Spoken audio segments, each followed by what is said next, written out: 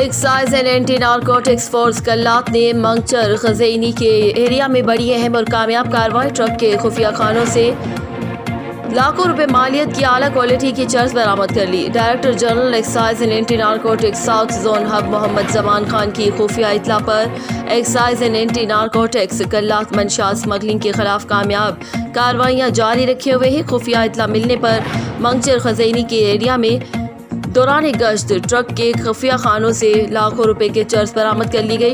ان خیالات کا اظہار انسپکٹر ایکسائز نارکوٹکس کلات میر محمد Mahmood Lango, E T O Kalat میر محمد آصف کلندرانی، انسپکٹر کلات وقاص احمد نوتیزئی، سب انسپکٹر ارشاد احمد چلگری، میر ذوالفقار اسلام بلوچ اور دیگر نے کارروائی کے حوالے سے ایکسائز اینڈ نارکوٹکس کلات کے آفس میں پریس کانفرنس سے خطاب کرتے ہوئے کہا کہ director general excise south zone Muhammad Zaman Khan کی خصوصی ہدایت پر ای ٹی او میر آصف کلندرانی کی نگرانی میں خفیہ اطلاع ملنے پر کوئٹہ کراچی نیشنل ہائی وے پر چیکنگ اور گشت کی جا رہی تھی کہ رات 3 بجے منگچر پر خزینی کے مقام پر کھڑی ایک مشکوک ٹرک نمبر TKS 646 نظر آئی۔ جب دیکھا گیا تو وہاں پر کوئی ڈرائیور، کلینر وغیرہ کوئی شخص نظر نہیں آیا، جس پر ٹرک کی جامع چیکنگ کی گئی۔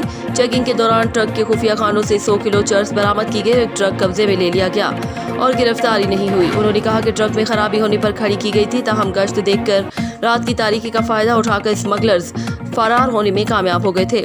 منشیات اور ٹرک قبضے میں لے کر مقدمہ درج کر لیا گیا اور مزید تفتیش کی جا رہی ہے۔ انہوں نے کہا کہ یہ ایک اہم اور بڑی کامیابی ہے۔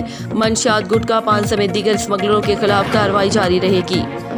بیورو چیف فاروق بلوچ، سوراب۔